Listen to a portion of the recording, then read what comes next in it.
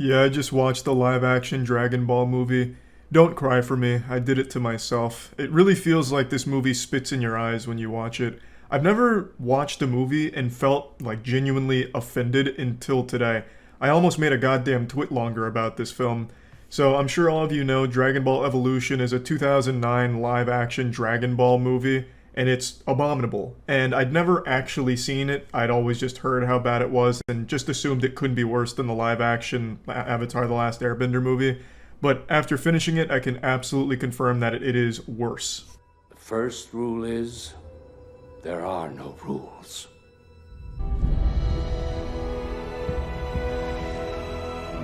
I didn't immediately recognize that was a leaf that flew by. I thought someone had thrown a hot dog at Goku's face, like an angry theatergoer throwing tomatoes at the screen or something. I also thought I just completely purchased the wrong movie for a second and just got scammed, because this had nothing to do with Dragon Ball right off rip. The storyline is Piccolo's been sealed away by some ancient curse, and his apprentice Uzaru was sealed away with him, and now it's all about not letting him be unsealed. But he is unsealed. They don't explain how, but he escaped the seal. And like Gohan, Goku's grandpa says, the first rule is there are no rules, which is a line straight out of Fast and Furious. This suffers from the exact same curse that Avatar: The Last Airbender live action suffered from, where none of the characters look like the characters they're emulating, and nothing in the movie even comes close to anything that happened in the shows. First one to touch the ground loses.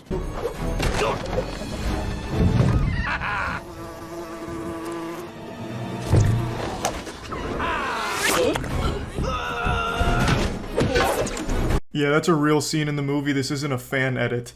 That's the level of visual effects that this movie comes to the table with. That little fly looks like an actual student's first attempt with Adobe After Effects after watching 2 YouTube tutorials on it. It is embarrassing how awful the visuals are here. Now, I will grant them that this movie had a $30 million budget, which by all measures for a theatrical release is pretty low, so they had to make do with what they had. So I'm guessing they just hired a team of high schoolers for CGI.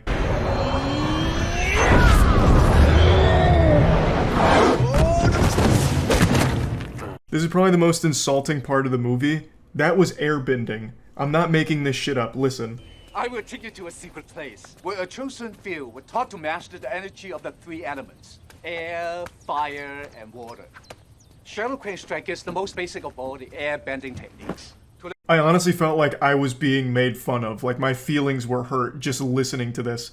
They tried to like hijack Avatar, which is poetic because this came out a year before the Last Airbender shitstorm, so it's almost like a little foreshadowing for like the impending disaster that would be the Last Airbender movie.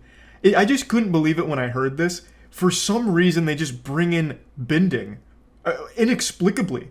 I mean, that's not in Dragon Ball. It's not like a crucial part of Dragon Ball. It's not like all of a sudden like Aang comes out of nowhere and kills Vegeta or some shit like that, or makes a wish on the Dragon Balls himself. I don't understand how this even happened. And it makes me put on the tinfoil hat a little bit to get into the conspiracy side of things, where maybe Hollywood was working together to ruin 2 franchises within a year, and they chose Dragon Ball and Avatar. Promise. Okay, you made me promise not to fight. Then teach me something I can use. Teach me how to get the girl. Teach me how to talk to her without stumbling all over everything I say. This movie is so shameless they decided to make Goku an insecure high schooler who gets bullied and asks his grandfather for advice on how to get laid. Who do you think your grandpa is? Some kind of alpha male YouTuber giving you the secrets to pussy? It makes no sense why they would even make this decision for the film.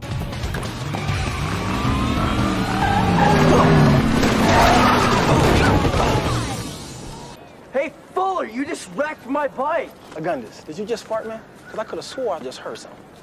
Basically, they took Degrassi and slapped Dragon Ball names into it. They just gave us fucking Riverdale with a Dragon Ball skin, kind of. And you thought the Last Airbender movie was a fucking disgrace to the show it was based on. Don't worry, it won't be a fight. It'll be a massacre. He threw a plastic cup. Why did they make a glass breaking sound effect? Do you think we're all that dumb, huh? We've all seen that plastic cup because it's that same shit they sell in bulk at Target. We all have that cup. We know it doesn't fucking explode like a glass bomb going off. Missed again.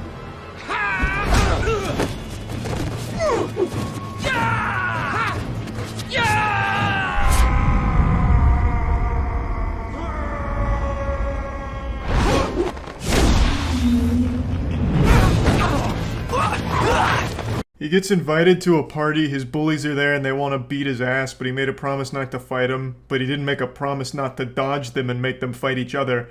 So he dodges all of their attacks and they end up beating each other's asses instead. And I have to wonder, what high schoolers fight like it's the goddamn Crouching Tiger, Hidden Dragon? One of them comes in with like a flying drop kick from across the fucking driveway for Goku to dodge. But anyway, he ends up dodging everything, they all hurt themselves, and Chi-Chi was watching and instantly falls in love with him. Doing good. Hey, Fuller! You got a couple of dings there you might want to try buffing out.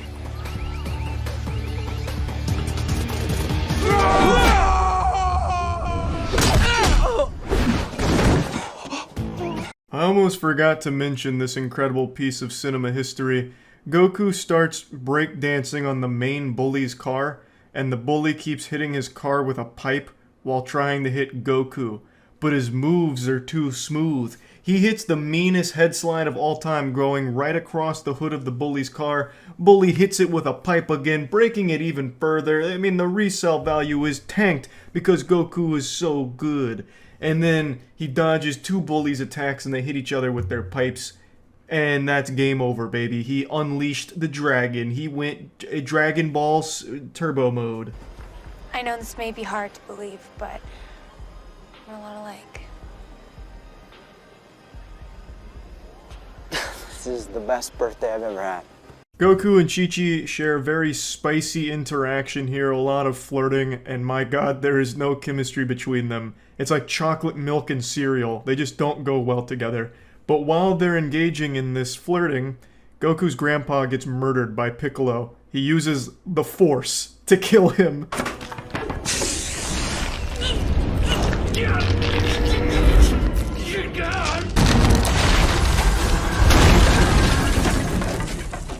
Before dying, though, Gohan tells Goku that he needs to find all 7 Dragon Balls and make a wish to banish Piccolo to the Shadow Realm in order to protect the Earth, and that he has to find Master Roshi in order to do it. But then he also meets Bulma. Who's the idiot? Look at it. Oh my god. Pretty fucking epic meeting, I will say. And then they manage to track Master Roshi down to a fucking, like, Dr. Seuss house in the middle of a lake outside of a city. But not really outside of a city, it's still like in the city in a retention pond, basically. Bulma! Bulma! Bulma, wait! Looks like I'm the idiot, so I thought that was water when I first watched it, but now that I'm editing it, I realize that it's actually floating above a bunch of shit.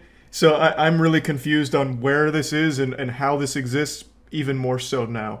But yeah, I guess it's not water. I don't exactly know what the fuck this is, but this is where they find him.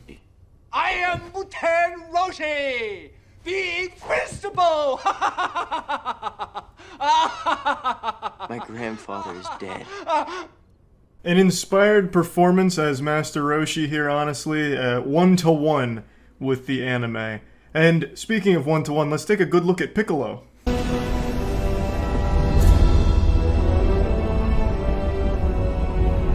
Amateur cosplayers do a better job of looking like Piccolo than this $30 million budget movie. He looks less like Piccolo and more like the Martian Manhunter going through a phase. For a pretty thing like you, no problemo. Thank you.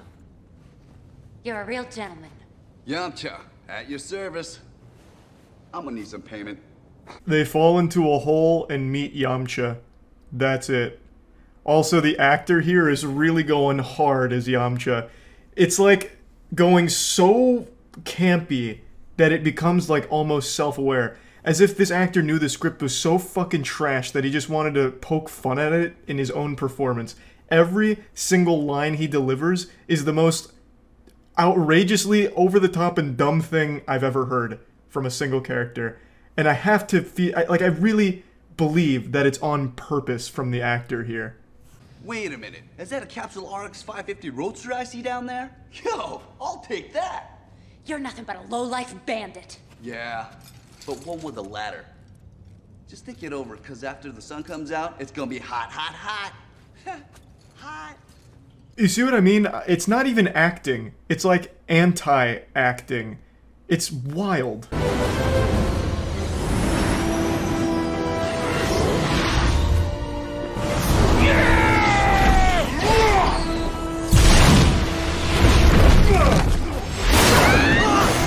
I'm just not gonna bother showing anything from, like, the middle part of the movie. Eventually, Piccolo gets all the Dragon Balls through the most underwhelming and unentertaining means imaginable ever. So I'm doing you a favor, but this is when he's about to summon the dragon, so he gets into, like, a Ginyu Force pose. Like, he fucking T-poses and says, you know, like a prayer or something that Master Roshi interrupts. And you could see, again, the visual effects on full display here. You could feel every goddamn penny of that $30 million budget shining through in this beautiful spectacle. Is a shell. This is who you are. This was the big twist. Ozaru, the main bad guy that they needed to stop, not just Piccolo, but Ozaru, turns out to be Goku. He goes great ape form, kind of. I mean, that's how it is in the anime, but here he goes moderate werewolf mode, and then, unfortunately, in his anger and confusion, he kills Master Roshi. Can you win? Don't let Ozaru destroy the Goku in you.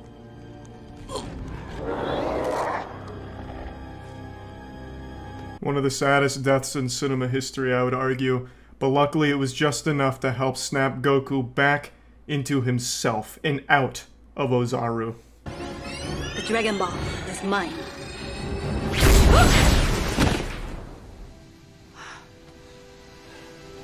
Oh yeah, also Piccolo's sidekick gets shot and killed here. I don't think she ever even got a name. I'm pretty sure they didn't even bother to give this character any identity whatsoever. But she did have the power of shapeshifting because there's a scene where she transforms into Chi-Chi and then they fight each other. And then Goku beats the real Chi-Chi's ass by accident.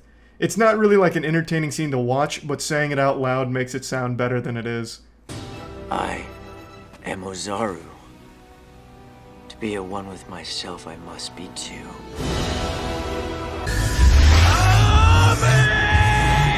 Again!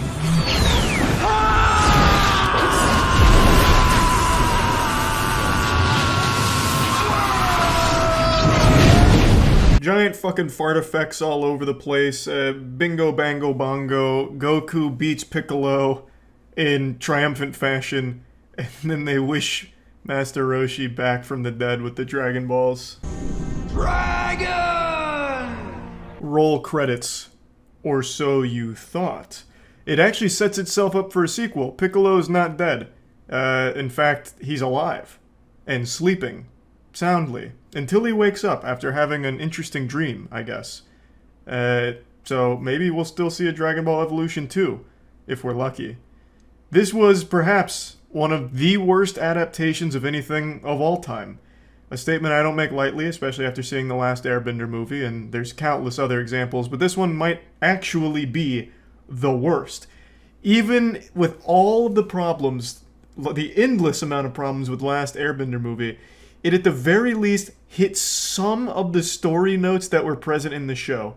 Like some of the locations, some of it. At the very least. But this hits none. It's entirely different and worse in every possible aspect. The Avatar movie had like $100 million budget. It was a huge budget production. This one was $30 million and the visuals really suffer. Like everything is wrong with this movie. Every single component imaginable. It's actually a masterpiece in how awful it is. So yeah, I do think people are right to say that Dragon Ball Evolution is the worst movie adaptation ever, and potentially just one of the general worst movies ever made for the big screen. That's about it. So yeah, Avatar: The Last Airbender is one of the best shows ever made. Avatar: The Last Airbender, the movie, is one of the worst movies ever made, and it's significantly worse than you remember it being. When this movie came out, everyone couldn't wait to drop their trousers and take a fat shit on it, just plant the steaming load, because the movie's terrible, so it deserves all the insults and all of the scathing reviews it received. But yesterday, Andrew and I decided to take a bath in the M. Night Shyamalan septic tank and watch this film. It's the first time he'd seen it, and the second time for me. I first saw it in 2016 because I'm a bad movie enthusiast, and I wanted to taste the forbidden fruit of the Avatar movie. I'd always heard how horrible it was, and I didn't see it when it first came out in 2010, so I went back to just experience it, and it was miserable. But after watching it yesterday again, I swear to God, M. Night Shyamalan himself has gone back into the movie to change things around to make them even worse. The movie is progressively getting stinkier. I felt like I entered an alternate dimension where the Avatar: The Last Airbender movie was somehow even worse than it was in 2010. I didn't remember half of these scenes being as atrocious as they were, and it hasn't been that long since I saw it.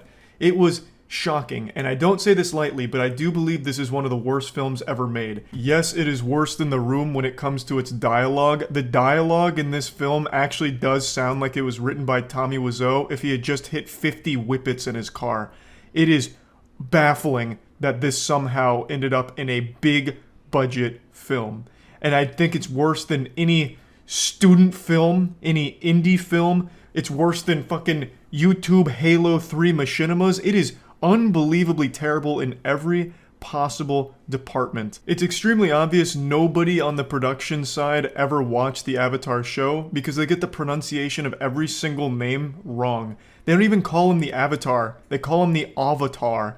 And everyone already knows this, but his name's not Aang in the movie, it's Ong. Sokka is Sokka. Everything is wrong.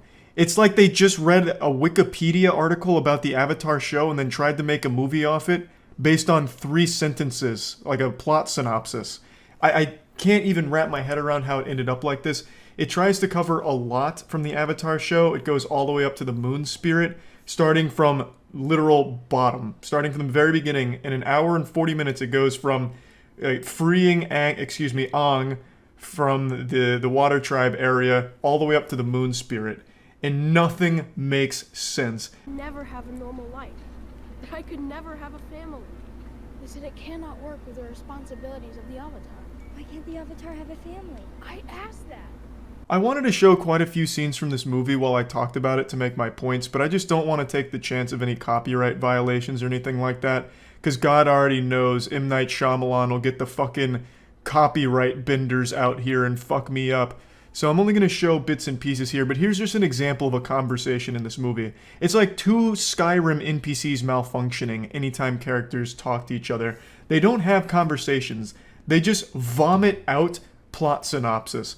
Just random sentences from the Wikipedia article about like chapter 1 of Avatar: The Last Airbender show. They don't actually talk to each other. And it's also filmed super weird, as you'll see here, where it's like a zoom in on their face, like as if it's under a microscope. Like I can see every pore on Ong's face here. Why is it such like a hyper close-up? As if I'm trying to like look at his DNA, like get down to an atomic level on him. It's shot so poorly. And they turn Katara into a goddamn trivia bot. All she does is say like general things about the world at random and ask the dumbest questions of all time. Like, this is a really small excerpt here as an example. When she's on screen, all she's gonna do is monotone ask a question to whoever's near her. It's like she's lobotomized, and all she can do is just ask silly questions. It's like she's Clippy from Microsoft XP who just keeps popping up with a question that you just don't even understand why it's being asked. I don't know why she's even in the movie, because she doesn't do anything. And I don't mean that as an exaggeration. She doesn't do anything besides ask questions sometimes or appear emotionless and say something general about what's going on. For example, there's a scene where Ong runs away, and her and Sokka hear him running away, so they both get up out of bed and they say, "Ong's running away." And Katara says, "He's running away, but he'll probably be back." And that's it. That's like the only thing she contributes to the film in every scene, is just saying things that everyone can already see, or asking questions that are either already being answered or have no place in the film in the first place. She doesn't even waterbend. There's only 3 scenes, I believe, where she's waterbending. 2 of them she fails. Well, 4 actually. The 4th scene they forgot to use special effects, so she's like bending water, but they didn't put any special effects, so it's just like a calm river underneath her while Ong's looking impressed. So I imagine what was supposed to happen is she was supposed to be like lifting water up, but they just forgot to add that. So 4 scenes where she's supposed to be waterbending. One of them, they didn't even add the effects. And then the other scene is she just gets hit by fire. So in the first 2 scenes, the waterbending fails. The last scene at the very end of the movie, where she's facing off against Zuko, she makes 2 water barriers, blocks 1 fireball, gets hit and knocked out.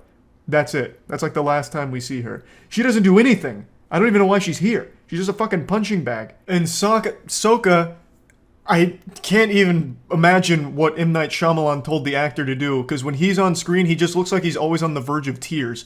Like, he's always so serious, and he only has one look in this entire movie. He's like Derek fucking Zoolander. All he does is when he's on screen, he does this. Forever. He doesn't fight. He doesn't contribute anything. He doesn't even really talk. He doesn't make jokes like Sokka does in the show.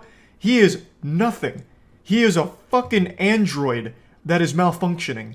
Like, you would expect for a big budget movie like this, they would hire actors that actually wanted to be there, but I felt like all of them were just counting down till they could go home. None of them even tried, except for Zuko. Zuko is actually played by a really talented actor named Dave Patel. He's the only one that even gives a fuck in this film, but even he is dog shit here. But he's the only one that I could see was even trying to act. The other ones just sound like they're voice acting on Disney Junior. How'd you get all the way out here? I ran away from home.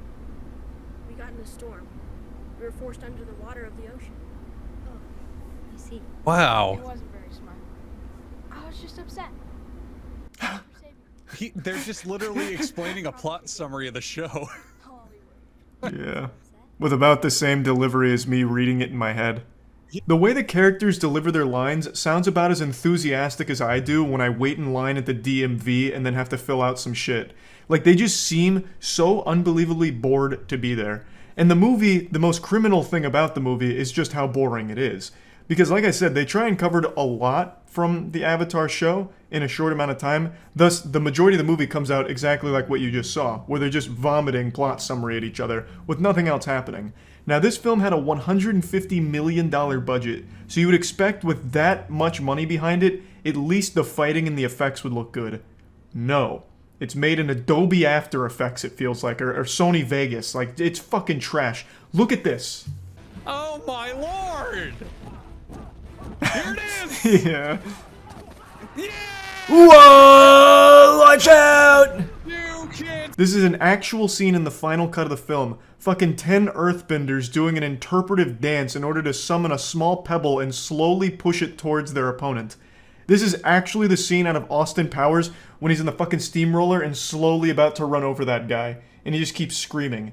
That's the action in this entire movie. It's just people standing there waiting to slowly be hit by something, whether it's a small pebble from the earthbenders or a slight gust of wind from Ong. He doesn't use any cool airbending. Like, when Ong is fighting, he is summoning, like, actual puffs of wind. Like, as much wind as I generate just blowing out. That's what you see on screen for the fights. It's so fucking bad. Also, firebenders can't generate flames on their own in this movie. They need a fire source nearby. So the whole film falls apart at the end, where they could just extinguish the flames around the city and the firebenders would be powerless. Because the waterbenders could just throw water on all the torches that light up their city, and the firebenders wouldn't be able to fight back. Because for some fucking reason, M. Night Shyamalan decided to completely change how the bending works for them. So they needed a nearby fire source. Thus, the whole thing could have been avoided by just... If they just said, oh, here's the Fire Nation coming in. Alright, extinguish those torches. Then they're worthless. The film is so unbelievably silly. That's the M. Night Shyamalan twist. Oh, it's just like Lord of the Rings. It is. It's as memorable and good, too. Yeah. Mm-hmm.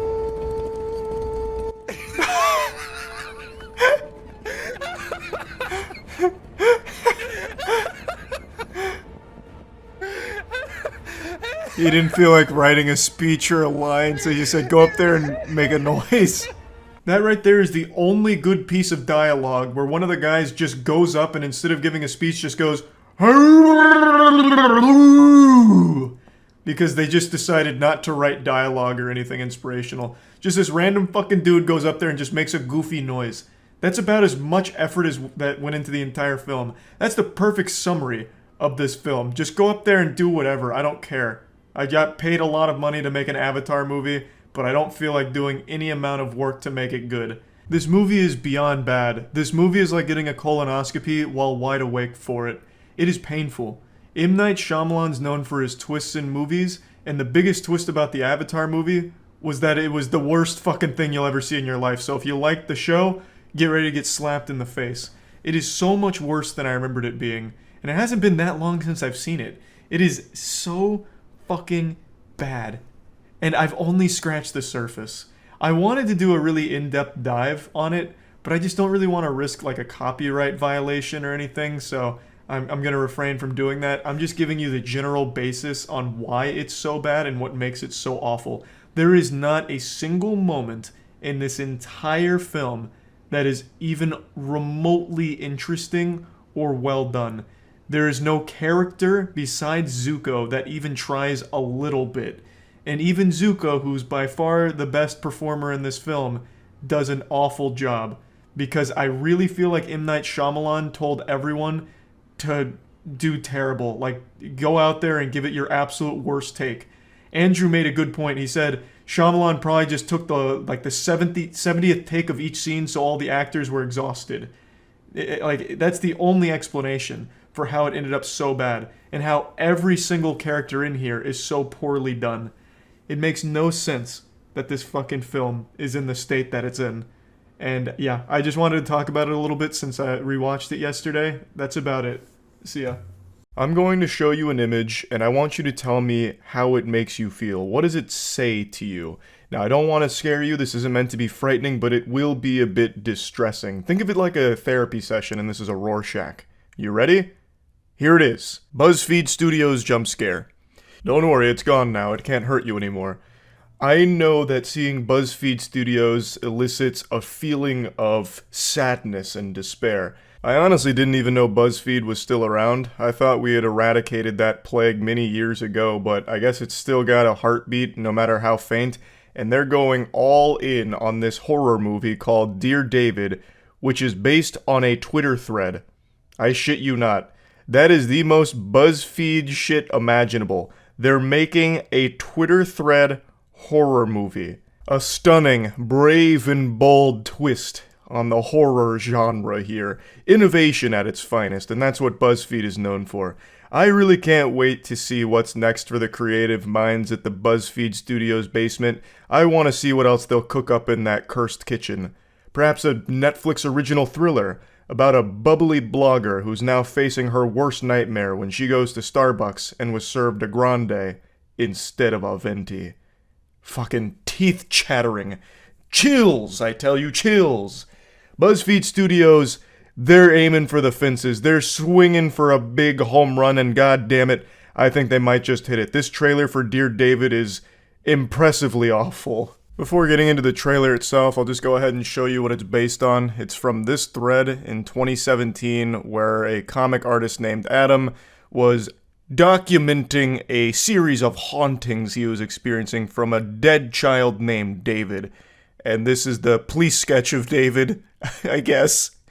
It looks like something out of Ed, Edd n Eddy, but this was meant to be taken seriously. He tried to play it off as a very real thing, even though it's very clearly just a load of baloney, just some fish paste to have a bit of fun. But there were tons of people that were really, encapsulated. They were hooked. They tuned in every day for the latest update from Adam on David. You know, is David still trying to kill you? What's David up to? Is he out there playing with Hot Wheels again in the middle of the night? Oh my god, David's a menace! We gotta fucking kill David quickly! That kind of shit. They were really invested in the story. And now BuzzFeed is doing what they do best. Striking while the iron is completely cold and everyone has forgotten about it. Not the most timely execution here. This is 6 fucking years too late. The whole world doesn't remember this thing, and now BuzzFeed for some reason is trying to parade its corpse around to make money off of it. in a very pitiful attempt at that. They chose something that was only popular on Twitter 6 years ago and only lasted for a handful of days, really. And they're like, yep, that's the one. That's our horror movie magnum opus. Dear David, let's run it. Like, I just can't even believe it. Why even bother? You're already so late to it. If this had come out in like 2018 maybe, then you might have a chance of getting a couple ticket sales. But this movie, Dear David, might legitimately sell 0 tickets. It's just incredible how out of touch BuzzFeed is. This is a film that wouldn't even be seen by family and friends because it looks so awful and uninteresting on a concept that no one cares about from a fucking Twitter thread. And it's integral to the film itself, too. Twitter plays a large role in the trailer. Like, that is so embarrassing. No one wants to go watch that. Like, if you went to the BuzzFeed office right now, I'm very curious what you would find. Maybe it looked like a dungeon where, like, there's only one light on. It's like a single light bulb dangling from a string. And, like, maybe 3 people on a computer still writing quizzes. What Harry Potter character are you? What does your favorite sex position say about your favorite Disney princess? Like, I don't know who's there and who came up with this. Not even AI would generate something this out of touch. Like, it blows my mind. But anyway, let's talk about the trailer now. I can't show you the trailer because I don't want to get, like, DMCA'd by BuzzFeed or anything. So I'll just show you some screenshots of it and tell you what's going on. So, they immediately get into the cringe because everything with BuzzFeed is like this imminent natural disaster of cringe, like a fucking tornado barreling towards you and you can't escape the embarrassment. So it opens up with the main character posting his comic on Twitter and getting roasted for it, saying it's bad, yikes, your comics are shitty now that you work for BuzzFeed. A literal self-insert with BuzzFeed here. So they're making comments like, you work for BuzzFeed, now your art's lame. And then one of his coworkers is like, it's the worst thing to do to engage with trolls online. And he's still engaging with trolls. And then he commits the ultimate sin. He summons the demon, David, by telling someone to die in a fire, DIAF. After sending that message, he then says this verbatim. Sometimes you've got to troll the trolls. So clearly this dialogue is written by actual 66-year-old men here, because Jesus Christ. So then, after saying die in a fire, this mysterious Twitter account pops up saying, why are you so mean? And if you look at the name, it's from Dear David. The shameless goofballs at BuzzFeed even had the gall to say that it's inspired by actual events. Oh, brother, it's inspired by an actual Twitter thread, not actual events. These events are about as real as the Blitzball Championship in Final Fantasy X. It's just a silly horror story that they cooked up. Nothing else. Just because it's written down in a Twitter thread doesn't mean that it's evidence that it's true. The trailer then goes into the same old, tired, generic, formulaic garbage that we've seen a million times. So here's this scary child, David, being a little goofball in the chair. He's here because I guess he didn't like the main character trolling on Twitter, I guess. He didn't like the die in a fire line, so now David's here to teach him a lesson. And of course, there's a BuzzFeed article being written about it. And honestly, this just seems like a really desperate attempt to remind people that BuzzFeed exists. So the more I watched the trailer, the more I realized that they're putting BuzzFeed in as many places as they can, and I really think that's because they recognize that nobody gives a fuck about them anymore. So this is just like a Hail Mary attempt to remind people that this is still a platform that exists. And my God, is it just awful to look at. It's so pathetic. The trailer drags on with more normal, boring trash with tiny little jump scares here and there and little creepy images. And then we reach towards the end here where he's getting out of a shower and he notices in the mirror, DIAF. Die in a fire. The same thing he said to troll the trolls on Twitter, if you might remember. And now he's being haunted by the DIAF statement. So this whole thing seems like David's really trying to troll the troll who was trolling trolls. Leave it to BuzzFeed to break new ground. Pioneers, I tell you. Absolute fucking geniuses. There's really nothing else to discuss with the trailer. It is literally just all the same exact horror movie trope cliche that you've seen actually a billion times by now, shoved into one desperate attempt from BuzzFeed to remind people that they're still around. So yeah, this is already shaping up to be an extremely embarrassing endeavor from BuzzFeed here. It's not something anyone asked for, ever, really, and it's also 6 years too late anyway. I just don't understand the thought process. Horror movies are always made on a very low budget, and this looks like no exception. It looks like it's a very low budget movie, so most of the time horror movies actually turn a very sizable profit because, like Blumhouse, for example, will make a horror movie for like $2 million, and then if it only does like a $8 million box office run, it still did pretty well. Like, that's still a financial success overall. That's why Blumhouse keeps churning out like pretty low effort horror movies pretty often, because they're cheap. And it doesn't have to perform extraordinary in the box office, and sometimes it does. It goes well above what it should have. It punched above its weight class, like, for example, Paranormal Activity. Very low budget and made 9 figures. So there's always so much room for horror movies to be a financial success because they're so cheap, but in this case, I don't see that happening, because who the fuck wants to watch this? I love fun, bad horror movies, but this does not look like a fun, bad horror movie. Even I'm not that interested in seeing it. And that's saying something. That's a fucking statement right there. You have dreadfully missed if you're making a bad horror film that even I'm bored by. So I might still see it out of pity, I don't know yet, but it just, I just don't understand what their thought process was here. It looks like shit. It really does. I don't think it's going to save the company. I think it's only going to continue to push the company's head even deeper into the toilet, but I guess we'll see. That's about it. See ya. You all know how much I love horrible, bad movies, and I am just giddy with excitement right now to talk about a movie I just saw that I now consider to be the goofiest film ever made. I just got back from the theater from seeing Moonfall, which is Roland Emmerich's new disaster porn. He's the man behind, like, 2012, Day After Tomorrow, some classics. And with this bad boy, he has created the stinker masterpiece, a smelly magnum opus. This movie, I can't even believe actually exists. I saw it in IMAX because I don't like to just watch a bad movie. I want to feel a bad movie, and goddamn did I feel it deep in my ass. This was an absolutely wild ride from start to finish. If somebody asked me what the best movie ever made was, I'd say Moonfall. If someone asked me what the worst movie ever made was, I'd say Moonfall. I don't know whether to give Moonfall a 100% on the moist meter or a 0. This fucking thing was so beautifully awful in all of the perfect ways. I just can't describe it. It is the actual perfect storm of dog shit put into film. The movie was like 2 hours long, and I swear to God, it felt like 20 minutes. I was upset when this movie ended. I just wanted it to keep going and going. This movie could have ran 8 hours, and I wouldn't have complained if it kept up this intensity. It was an amazing experience. So, spoiler alert, I want to go into it. I really want to fucking peel apart these stinky cheeks and tell you all about this movie start to finish.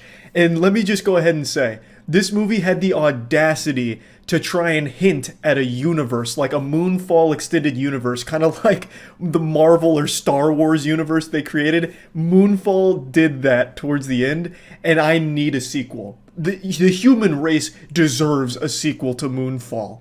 So let's get into it. So the movie starts with our main character, Brian, played by Patrick Wilson, in space with our other extremely important character, I forgot her name already, but played by Halle Berry. That's another thing about this movie. I saw it with Andrew, and the second we left the theater, we couldn't remember a single one of the characters' names apart from, like, Brian and the cat's name, which was Fuzz Aldrin. So, like, that's another thing. Like, all the characters are super forgettable. I'm getting ahead of myself. So, Halle Berry and Patrick Wilson's character, they're in space working on the space shuttle. And there's another character there with them that's helping, and then all of a sudden, a massive cloud of space dust blasts the ship. It tears it to pieces, knocks out Halle Berry, and it sends Brian, like, scrambling to get inside. And then the other guy, who I don't even know if they even gave a name to, his line gets cut, and he just gets sent, like, quadruple backflipping through space for all eternity and dies. And then when they arrive back at Earth, they blame Brian for the whole event, despite there being camera footage of this space dust being the culprit, destroying the ship. They're blaming Brian. They're like, you are a disgrace. Your negligence caused the death of an astronaut and the destruction of so much money worth of, NASA parts. You're going off book now. get out of NASA. So then he gets fired. His wife leaves him. His kid hates him. He's now like this drunkard who is really just scraping by and struggling. For some reason, the whole trial was public and he's insisting he was innocent. It was this very strange technological space dust that just fucking flew through like a fart. And he traced it back to a corner, like a quarter of the moon called like Mars Capri Sun or something. I already forgot the name of it. But no one believed him. Everyone mocked him. He got fired. His life ruined as a result. And then we're introduced to a very important character called KC. KC is a conspiracy theorist who really cracks the code that the moon is falling out of orbit. And KC believes it's because the moon is actually a megastructure put there by aliens. So he has his own little group of conspiracy theorists that also believe in the megastructures. And he tries very hard to bring this information to NASA to let them know that the moon is out of orbit, shit's gonna get rough. So just like in Majora's Mask, the moon is coming closer to Earth, and the closer it gets to Earth, the worse it is for humans because the gravitational pull from Earth will rip apart the moon, sending all of these giant chunks into the planet, destroying pretty much everything. A doomsday event, an apocalypse. And no one's believing KC, even though he has all of the research and evidence to back it up. So eventually he turns to Twitter. And he makes an anonymous post with all of the evidence, and miraculously overnight the entire world believes him. It becomes the #1 trend, and every single news outlet everywhere is talking about it. NASA comes forward to corroborate it. Now everyone knows, yep, moon's about to fuck our shit up. So then they all try and come up with plans, and I swear to God, every character in this movie makes the stupidest decisions at every possible moment. It blew me away. It's like every character, even the ones that are supposed to be smart, like the scientists, are like lobotomized zombies. They get nothing right. None of it makes sense at all. But even suspending disbelief, you can't help but just sit there and scratch your head like there's no way they just said or did that. Like I'm trying to sum it up to give you the cliff notes before I like start really dissecting it. So once it's been confirmed that the moon's coming to the Earth, Brian, the disgraced astronaut, teams up with Casey. They hang out for a bit, and then Holly Berry, who's still employed by NASA, just out of nowhere sends a helicopter to pick both of them up to help them defeat the moon, because now the moon's like a raid boss. So then they come up with a plan to like take an EMP device to the moon. Everyone believes them now. Also, NASA confirmed all of this and then like really figured they needed Brian's help, because they sent like a crew of 3 astronauts up to check out that crater, and then the giant space dust came up in the shape of like a goddamn ringworm, and it kills all 3 of them.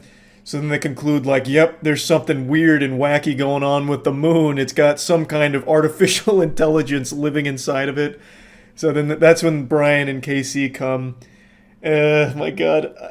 I really want to get deeper into it, but I want to give everyone like the full overview of the movie so you can see it. This whole movie is like taking the insanity of a Neil Breen movie, but giving it $100 million to realize the craziness. Better example for all the weebs. If you've seen Gurren Lagann, where they start like underground, and then by the end of the show, they're in space mechs throwing galaxies at each other.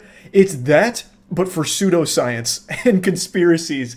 It's fucking mind-blowing. So, Brian, Casey, Holly Berry, they're at NASA. Everyone knows Doomsday's coming, so they're all, for some reason, taking refuge in Colorado. The word Colorado must have been mentioned 1,000,000 fucking times throughout this movie. This had to be just some kind of propaganda to increase tourism there or something. And also you see Kaspersky on billboards, and apparently all of NASA is powered by Kaspersky antivirus, because every time they fire on a computer, it just says Kaspersky.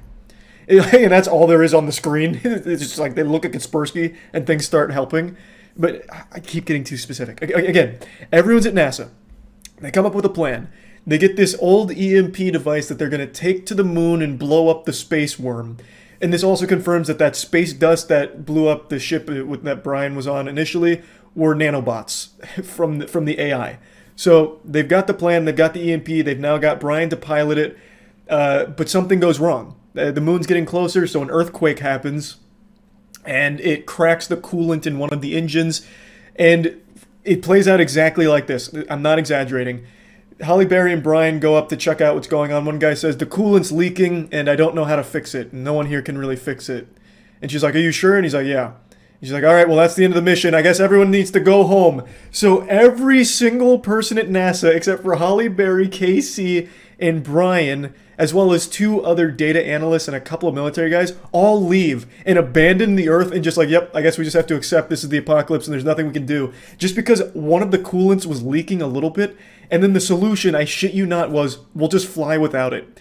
Apparently the entire time they could just fly without it because the moon was close enough, and Casey knew that and then relayed the information a little late to Holly Berry, and she just didn't bother to call anyone back. She's like, all right, well, I already told them they can leave. They can go. We can do it ourselves. So then we get our heroes strapping into the spaceship, ready to take on the moon, and as the moon's getting closer, it's causing gravitational disturbances, so there's water that's getting sucked up, and it's like giant waves of water that are just standing there. And those 2 like data analysts that stayed behind that I briefly mentioned, they get evacuated. They get into a helicopter with the military people because the waves are getting closer as the moon's passing over. And I can't even believe this fucking happened. They take off with plenty of time to escape, but instead of going away from the waves, the goddamn pilot kamikazes into the waves, and it's supposed to be this emotional moment of, oh my god, there is no escape. But like you can see, when the helicopter takes off, it could have just gone right, but instead inexplicably just goes left into the waves. And I'm missing so many impressive details. Brian's son, who hates him, went to jail. Brian got him out of jail. And for some reason, the military flew Brian's son here just to be in like the middle of the shitstorm. So Brian's son's there and then needs to take off in a car away from the facility as the waves are getting closer. But instead of taking off, he goes to a mountain and parks just to check out his dad's spaceship as the waves are getting closer. So the spaceship takes off, it's beating the waves, but his son and then Holly Berry's son is also with him, and then their babysitter are all just in this car, outside of this car watching, and then eventually the kid's like, all right, now it's time to probably go, as the waves are literally like bashing the bumper of the car. It's like, okay, we've had our fun. So then they engage on this high-speed chase against the moon, and then they eventually get hunted by people that are like scavenging for parts. Oh my god, it's so much. So everything on Earth's going to shit. Gravity's all fucked up. Holly Berry, Brian, and Casey are now heading towards the moon, and it turns out the AI that inhabits the moon is attracted to electronics, but only if there's organic life inside of it. So the EMP they brought is useless because the AI won't bite it. So they're using it like bait and trying to fish with it. But for some reason it needs to be inside of it. They don't explain why. The AI was circling it and like playing patty cake with the EMP, and they didn't blow it up for no reason. They just concluded that it needs to be inside. So they get the EMP back and go deeper in the moon, and it turns out the moon is actually a Dyson sphere built by aliens, confirming Casey's theory that also happens to grow potatoes inside of it for some reason. And it's a Dyson sphere encapsulating a white dwarf that it's using for its power source, and the AI is sapping the power from the white dwarf. And then the AI gets alerted to the crew that's in the spaceship that's flying around. And then a door opens in the Dyson sphere as the AI is tracking them, and it shuts, closing out the AI and then saving the crew. And then it turns out that the Dyson sphere wasn't built by just any aliens. It was built by ancient humans, and they communicate to Brian through celestial beams and flashbacks of his son talking to him, kind of like in Mass Effect 3 where the Reapers take on the body of a child. They did that for Brian in order to talk to him. It was a sentient AI being, like it was an AI construct for the Dyson sphere. It was built by humans that billions of years ago were spacefaring, hyper-advanced technological superstars, and eventually they created an AI that turned on them via kind of like Skynet, and it made all of them go extinct. But before their final extinction, they built giant moons that they would toss out to corners of the universe to try and remake humanity elsewhere. And this just happened to be the last surviving one, the only one the AI couldn't find until this movie. So that's the explanation there. Eventually they upgrade the EMP, the AI construct on the moon, like turbocharges the EMP, then gets some defense systems going that just start shooting bullets at the AI, and then they're escaping the moon. Casey blasts open the hatch with himself inside because he says, you know, an organic being needs to be with the technology in order for the AI to bite me. And he's like, oh my god, Casey's gonna die. Brian and Holly Berry are upset, and Casey's like, no, it's fine. So the AI starts eating him, and he's like, you underestimated us. Blows up the EMP. And then, you know, Casey's dead. AI's gone now, so the moon is back. So then the moon leaves Earth, and now it's just this giant Dyson sphere that is now outside of Earth, and everyone's happy. Earth's super fucked. Everything flooded. Everything got absolutely destroyed, but there's still some people left, and now the moon's our friend again. And, yeah, that's not where it ends. So Casey didn't actually fully die. The AI construct on the moon installation actually copied his consciousness into their database, and now Casey has become the moon itself. And the last line is, we have work to do, which hints at expanding the universe and bringing all of the other AI that is still out there into the fold. And my god, I can't wait to see the sequel. I pray there is one, because this was amazing. I am not even doing this justice with my brief explanation. I need to get into the nitty-gritty of it to tell you just how fucking off the wall this shit was. So the billion-year-old humans, they basically just created Halo. They just stole Halo's plot for a little bit. The installations they made back then were Halo rings. They all lived on Halo rings. And the AI they made, for some reason, turned on them like Cortana. Almost in the same fashion. They deemed that humans weren't worth saving and that they were inferior to them, and just started wiping them out inexplicably. Like, this movie is fucking incredible. Like, the visuals were kind of cool. Like, you know, you always like to see those big budget disaster visuals. And when they'd have the moon peeking over the Earth, it looked cool. And they had awesome lines such as, watch out, the moon is rising. And then all of a sudden, like, boats would be flying overhead. Fucking manatees falling onto the ground. Oh my god, it was so good. And there was, like, an advertisement for Alexis. Because when there was these people, the scavengers that were hunting down the son, eventually the son meets up with Brian's wife and her new husband that cucked him or whatever. And they're on this high-speed chase, and they can't get away, right? These scavengers, they're so fast, and they want their oxygen tanks. And they're in a Lexus, and they keep zooming in on the Lexus and, like, throwing it, drifting around. And the dad goes, hold on, I'm putting this into warp speed. And they zoom in on the Lexus logo, and then him turning from economy mode to sport mode. And then it fucking turbocharges and goes wild. Then they're able to outrun him. This movie, man, is actual fucking genius. Like, I can't talk enough about it. Every single moment of this movie, when you think they've run out of stupid juice, finds another way to make it even dumber. And I couldn't appreciate it more. I loved it. I fucking loved it. I don't even know how you make a movie this dumb. On accident, too. Like, this isn't a self-aware movie. There is no self-awareness in this movie at all. There's a couple of jokes, but they're not like self-aware jokes. They're just like general, decently written jokes. But nothing is self-aware. It really takes itself super seriously, and I love that about it. The best kind of bad movie is one where the director really wanted to do something special but just didn't have the talent or the vision to realize it. And this is one of those cases. It is, in every possible department, the best way to make a bad movie. It is the worst and goofiest movie in all of the right ways. I just don't think you could make a movie this stupid on purpose. This movie was just an amazing experience. This was something truly special. If you like bad, shitty movies, this is the movie to go see. This is going to be 2022's best stupid movie, I think. It would be tough to beat this one. So yeah, I just wanted to talk about this because I've had a smile on my face ever since leaving the theater. There's still so much more I could talk about with this movie. I've barely even scratched the surface of lunacy with Moonfall. But it's just, without you having seen the movie, it's not going to make as much sense. And sense is a word that is blasphemous to even use in the same sentence as Moonfall. That word never once crossed the mind of anyone who touched the script for this. The whole movie just felt like it was kids going and then trying to one-up each other. Nothing connects logically Obviously, nothing here is mathematically, scientifically accurate, or even common sense accurate. Like, everything is wrong in the perfect ways.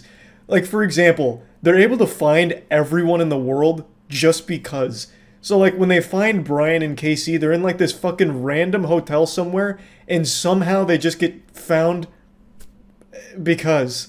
Or, like, the family is trekking through snow at the very end, and somehow they just make it to where they need to be without dying along the way and then get found. Like, everything, it just happens because fuck it. And I love that about it. It's so shameless in its horribleness. It was amazing. Just an incredible experience that I wanted to talk about a little bit. That's about it. So yeah. A question I'm often asked is, what is the worst movie I've ever seen?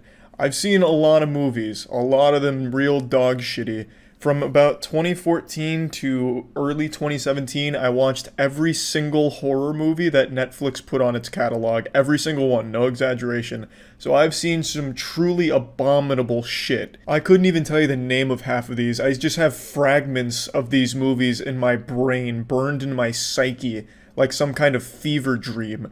I'm basically the Library of Alexandria for awful horror movies if they ever went to Netflix. Like, I remember some bafflingly awful shit. There was this one movie that I'll never remember the name of. It was about some kids who took control of one of their parents' houses or something, and they stole their pool, and then one of their dads gets shot, and they're like, damn, I guess the pool's no good anymore. I guess we'll give the pool back, I think. Something like that. Maybe that made sense to someone out there. If you know what movie I'm talking about, feel free to let me know. But the point is, I've seen some awful garbage. So the other night on stream, I was asked again, what is my least favorite movie I've ever seen? And I've always had an answer. 2 movies. I say that they're tied for my least favorite movie. It's Superfast and Let's Be Evil. And that night on stream, I decided to pull up the trailer for Let's Be Evil, and it reminded me of just how truly terrible that movie was. So now I have a conclusive answer. My least favorite movie ever is Let's Be Evil. And I want to play you the stream clip real quick, and then after that I want to go over why it's the worst movie I've ever seen, because I recently tried to rewatch it. Least favorite movie of all time? It's probably still Superfast. Superfast or Let's Be Evil? No one's ever heard of this movie except for me. This movie was one of the most miserable experiences I've ever had watching something. And the worst part about Let's Be Evil is I fell asleep twice, and Tiana rewound it so that way I didn't miss anything. So it was just like the movie went on so much longer than the fucking runtime. The movie's about like these 3 babysitters that go to an underground bunker to babysit some very smart children, but the children aren't that smart. All they do is sit there and touch holograms, and then the babysitters go to sleep, and then eventually the children are evil, so they start hacking the holograms, and the babysitters get upset about that, and then the kids get upset at the babysitters. So then, like, they somehow start killing the babysitters through hacking. And then it's revealed at the end that the children chose the babysitters and they run the bunker. Like, it's so fucking dumb. Yeah, I take it back. I always say Superfast or this movie. This movie is so much worse than Superfast. Oh, it's so bad. Oh my god, it's so bad. When we watched this movie, like I said, I fell asleep and Tiana would rewind it so I didn't miss it. I honestly thought that night went on for days. Like, it felt like in Bleach when that dude poisons the guy to slow down time significantly. That's what this movie did to me. I didn't understand a single second of what I just saw. Yeah, because this movie, like, they wrote this movie with nothing in it. They had an idea. Let's get some babysitters and some kids. And that's as far as it went. And it's stretched across, like, how long is it? Like an hour and 30 minutes of excruciating agony. You'll watch that movie, an hour and 22 minutes will go by, and you'll have aged 2 years. It's fucking awful. My god. Which one of you asked me what my least favorite movie is? You've made me mad now. Now I had to remember this movie. I need to rewatch this. So, now I've tried to rewatch it. It didn't go very well. I couldn't finish it. This movie, I fell asleep during it again, and this time Tiana wasn't around to wake me up and rewind it. So I dozed off again. This movie is like actual hypnotism for me. I cannot stay awake during this fucking thing. If you're struggling with insomnia, put on Let's Be Evil. It might help you. And if Let's Be Evil doesn't help you fall asleep, try One Piece. That ought to do the trick. I'm 30 episodes in and goddammit, it is boring. But the point is, I fell asleep about 40-ish minutes in, so then I had to fucking rewind it myself when I woke up in order to finish the goddamn movie, and it's awful. It's worse than I remembered it being. But my synopsis was right on the money. Basically, 3 babysitters go to watch some kids do this in the cafeteria. This is all the kids do. Like, half of the time the kids are on screen, they're just doing this with their hands, because there's little holograms. They're all wearing these goofy glasses. The glasses look like the old 3D glasses you'd get at the movie theater, like when you went to go see Spy Kids 3D, so you just have these stupid, goofy glasses on. They look like the wind goggles that you put on dogs. Like, if your dog likes to hang his head out the window, you put the goggles on them so they don't hurt their eyes. That's what it looks like. And somehow this movie cost $9.9 million to make. I can't believe it. Then there's also, of course, the AI companion, which I totally forgot about. They have like this little Cortana, and she's built into the augmented reality glasses that they're all forced to wear. Her name's Ariel. She looks like Chaos from the Sonic series, so like this liquid blob of fucking goo. And she's just like, hey, what's going on, pussies? I'm Ariel. I'm a robot. That's about all she really does. And then the whole movie's like, wow, augmented reality's kind of cool. One of the babysitters, his name's Darby, he's spinning a fucking teapot. He's like, whoa. Yeah, because the teapot's not real. It's a hologram. So he's spinning a teapot, and it's like it's crazy. And then eventually they're like, so we're here to save America. Like, that's what they're working under, the assumption of, like, they're here to watch these kids because these kids are going to save America. So they're being real patriotic. So it's like, okay, let's go watch the kids do this, you know, and whatever. So they go do that. And then eventually the kids are like, hey, no siree, not on my watch. Gonna cut that shit out. So they start killing the babysitters. And then we finally reach the conclusion where it's revealed Cassandra, one of the children, chose the babysitters. So it was all part of their plan the whole time. They just were evil. So I've looked everywhere online for an explanation for what the fuck this movie was about. No one has any. Not even the most pretentious Redditors have any idea what the fuck went on in this movie, which is shocking. I've never seen that for any other movie ever. This movie is devoid of any and all meaning, purpose, and plot. There's no narrative. The dialogue between the characters is written like the AI in the movie fucking wrote it itself, with no understanding of how human beings communicate with each other. It is shocking. This movie is like if Attaway General tried to make a horror film. It's crazy. This is not a so bad it's good movie. This is the most boring movie I've ever watched, and I don't say that lightly. I would rather play through Death Stranding, start to finish, in one sitting without being allowed to sleep, than sit through an hour and 22 minutes of this movie. And Death Stranding is a long fucking game. This is the first Strand-type movie. It is a battle just to stay awake watching this fucking thing.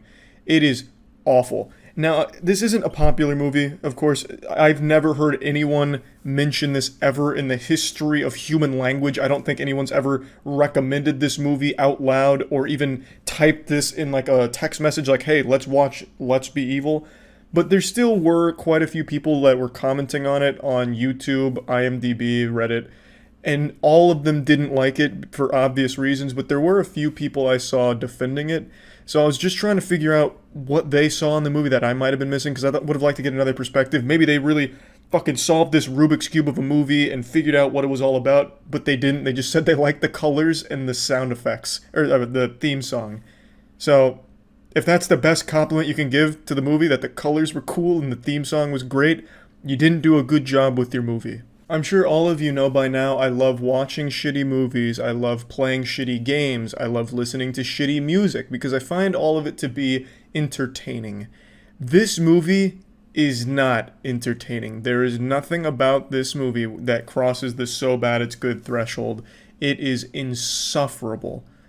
I can't express that enough. I've never had a movie that makes me angry to think about. Until now, this movie insults your time left on this planet. An hour and 22 minutes spent watching this would be better spent doing anything else. hitting your shins with a hammer for an hour and 22 minutes is a more productive and less painful use of your time. At least then your shins will start to become a bit stronger, kind of like how Muay Thai fighters kick down trees with their shins in order for the bones to be built up a little stronger. Like, that would be better than an hour and 22 minutes watching Let's Be Evil. It's so bad. So yeah, that's about it. That's the worst movie I've ever seen. So yeah. I love horror movies and horror games, but not for the reason most sane people like things. I like them because 9 times out of 10, they're laughably awful, and that always puts a smile on my face. I'm built a little different, where when something is so trash, it becomes a treasure to me. Like, I have the most fun watching or playing horrible garbage. And that sounds a little weird, but I've been thinking about it recently, and it's something kind of like color blindness. You know how some people process colors in different ways, they don't see them the same way? That's kind of me with quality. I'm quality blind, where when something is so bad, I perceive it as being a masterpiece.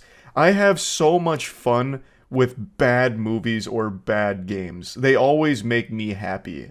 Happier than like a normal good game or good movie sometimes. And I know I'm not alone. It's a very real phenomenon. It's called fun bad.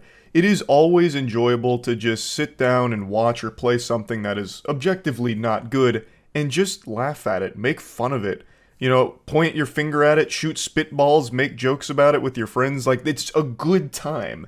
And for years now, horror has been the main genre that's been pumping stinker after stinker, blessing us with some timeless classic fun bad content. There is more shit in the horror genre than there is in the scat fetish genre. Horror has just become like the go-to cum dumpster of absolute abominations when it comes to entertainment in movies and games. But unfortunately, sports fans, I think we're starting to enter the dark ages of the horror genre, where it's no longer making fun bad content, it's just making boring bad content that's no longer got anything redeemable about it at all. And the best example of this is the newest Insidious movie, The Red Door, which I saw last night. Now, before getting into that, I want to thank today's sponsor, Call of Dragons. Huge thanks to Call of Dragons for sponsoring today's video. Call of Dragons is a beautiful new MMO fantasy conquest game developed by the creators of Rise of Kingdoms, and they've been working on this project for over 3 years now. It's huge battles, tons of strategic freedom, and it's PC and mobile crossplay. Big coolest feature now is the behemoths. They're these massive beasts that you can use to crush your enemies in PvE and PvP. You can fight with your alliance in guild versus environment. So, to tell you about a few of them, we brought our whole alliance here with us today. Call of Dragons! Yep! The Thunder Rock! The Thunder Rock. Ancient magic bear! Mighty Red Dragon, baby! There we go. Thanks, guys. Really appreciate it. It's contagious when it's Call of Dragons, baby. There's ancient giant bears, thunder rocks, red dragons. There's actually 8 unique behemoths you can collect, and you have to enter their lair, take them down, and you can actually own 8 or as many as you want, and you train them up. They've got their own skill trees, so you give them the skills and powers you want so that you can take them into battle and crush your enemies with them. Huge thanks again to Call of Dragons for sponsoring today's video. You can download it today by clicking the link in the description, or by scanning the QR code on your screen, or by using code CODMonster. Yeah, if you use code CODMonster in-game, you'll get special rewards. So thanks again. Magic, monsters, mastery. This is the 5th Insidious movie, and it is long overstayed its welcome. The party's over, the music stopped fucking 2 movies ago, and yet it's still here trying to party, and it's just embarrassing now. The 4th movie was already overstaying its welcome, people were already fucking tired of it then, and now it's just sad and desperate. They've got this franchise propped up like Weekend at Bernie's. It's dead, and they're just like puppeteering its corpse right now. Insidious the Red Door has no story to tell whatsoever. It has no reason to exist other than try desperately to milk a little extra coin out of the property's name, because most people remember the first 3 movies very fondly, especially the first one. I remember that being like a phenomenon when that one came out. So the name still has weight to it, and they're trying their best to just get a little bit more out of it without anything left in the tank. So the reason I'm not making a moist meter on this is because I really want to dive into just what makes a horror movie no longer fun bad, and it just becomes a sad, worthless experience like Insidious the Red Door. So I will be getting into spoilers a little bit in this. I'm not going to spoil the whole thing or anything like that, but I do need to get into specifics in order to make the point that I'd like to make. Now, Insidious the Red Door is again the 5th entry in this franchise, but the beauty of that is you don't need to see any of the other ones to be caught up to speed on this, because it doesn't really tie into anything, and the only thing that it has is loose connections in the same characters from the previous films. You don't need to know anything about their history. You don't need to know anything about the world that it's in. It doesn't even really need to give you a refresher course on it, because everything that happens starts after a hypnotic memory erasing moment. So they get their memories sealed away, they get amnesia in order to forget all the trauma of their past, and then this movie is them slowly, like, realizing that something fishy happened. Why can't they remember, like, a whole year of their life? And then that's kind of what the movie picks up on. So you don't really need any of the other Insidious background information, which is good because I don't think there's a single person in the fucking world who remembers Insidious 4.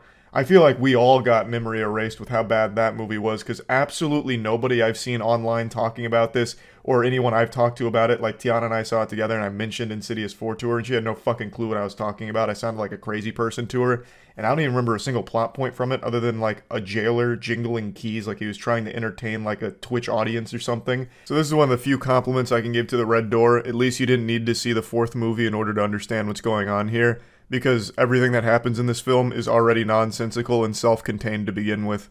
So, the film is all about them getting their memories sealed away. You know, they've got it trapped, and then it's slowly getting back those memories.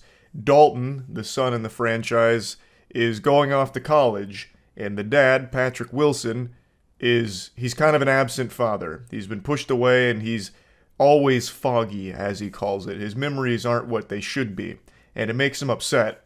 So he basically abandons his family in order to exist in this perpetual trance of confusion. So he's not a great dad anymore, and Dalton resents him for it. But he eventually lets his dad drive him to college. And he's an art student, and he gets a new art teacher who's a real hard ass, and she basically brings the demon out of him. He goes into like a meditative state under the instruction of the art teacher, and then he draws the Red Door. And once the Red Door is put on the canvas, all hell breaks loose. And by that I mean 2 jump scares happen, and pretty much nothing else. This movie is not even a horror film. That's the big plot twist. It is legitimately like a CW supernatural thriller, at best. There are very, very few horror elements in here other than just very loud jump scares occasionally, but even that's pretty rare. They ordered a horror movie but forgot the scary. They said, hey, can we put the scary on the side? And forgot the side of scary. This shit is so flat and goofy. So, Dalton, after drawing the Red Door, a hand like slaps his hand. He's like, oh no! So then he rushes back to his dorm in order to keep painting it and figure out what this means, because now he's starting to see things. Also, he has a roommate, and her name is Chris. And she doesn't make any sense in this film because she is like the complete antithesis to a character you'd expect in a horror movie. She is constantly joking, and I think that's fine as a character trait, and I think it would work in other movies, but here, she does not stop joking. She doesn't take anything seriously. So when something that's supposed to be somewhat scary happens, Chris will immediately just get rid of all the tension with a joke like, hey, what are you doing on the floor? I just put a bottle rocket in the frat dude's toilet, and I think it went straight up his asshole. And, like, come on, get up. You gotta see this. He's walking around with a firework in his butt. And it's like, oh, wow, okay, so now there's, like, no tension left and there's no scares left. Like, I don't even dislike Chris as a character because she was entertaining, at the very least, whereas nothing else in the movie was. At least she was trying to make something out of nothing with this film. But it does not fit in what is supposed to be a horror film. Because when she's on screen, you know that it's just going to be a bit silly, because that's all she does is just have fun. Even in the most tense of moments, she gets strangled by an invisible demon. And right after that, like within 2 scenes, she's back to joking and gets a bunch of like night lights and makes jokes about it. So it's just a character that doesn't take the movie seriously, so how the fuck is the audience supposed to? You have a character that is actually just like making fun of the film that they're in.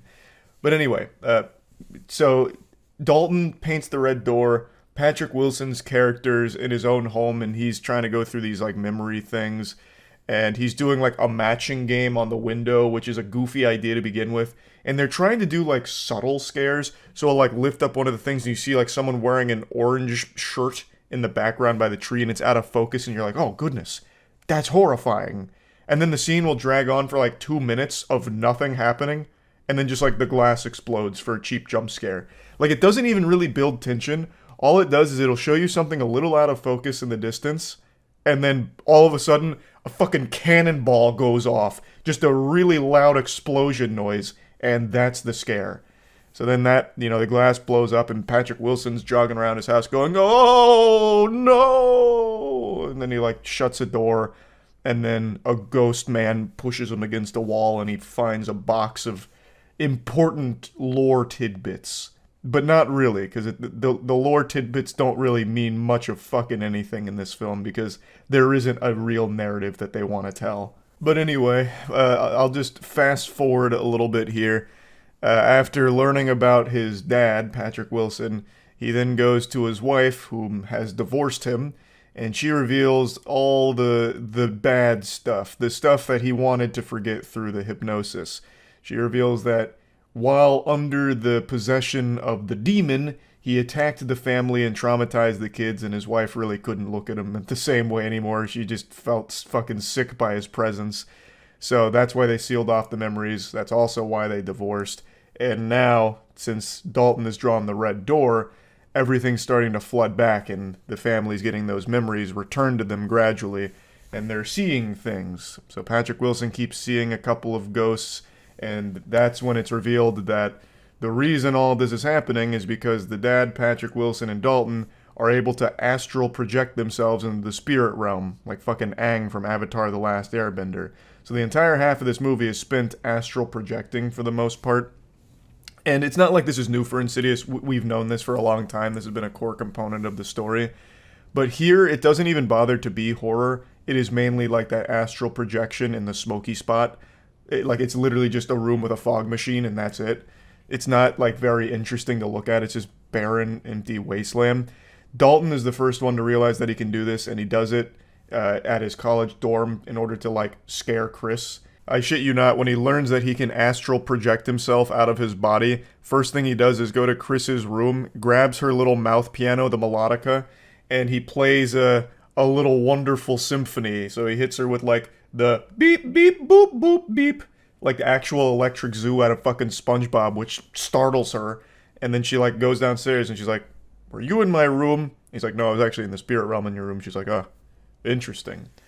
So then he does it again at a frat party in order to talk to a frat douchebag who died from alcohol poisoning, because he thinks that he has clues about the door that needs to be closed, because he'd seen him once before and he's like, close the door. He's like, wait, what do you mean by close the door? So he goes back, this time in the spirit realm, to ask him more about the door.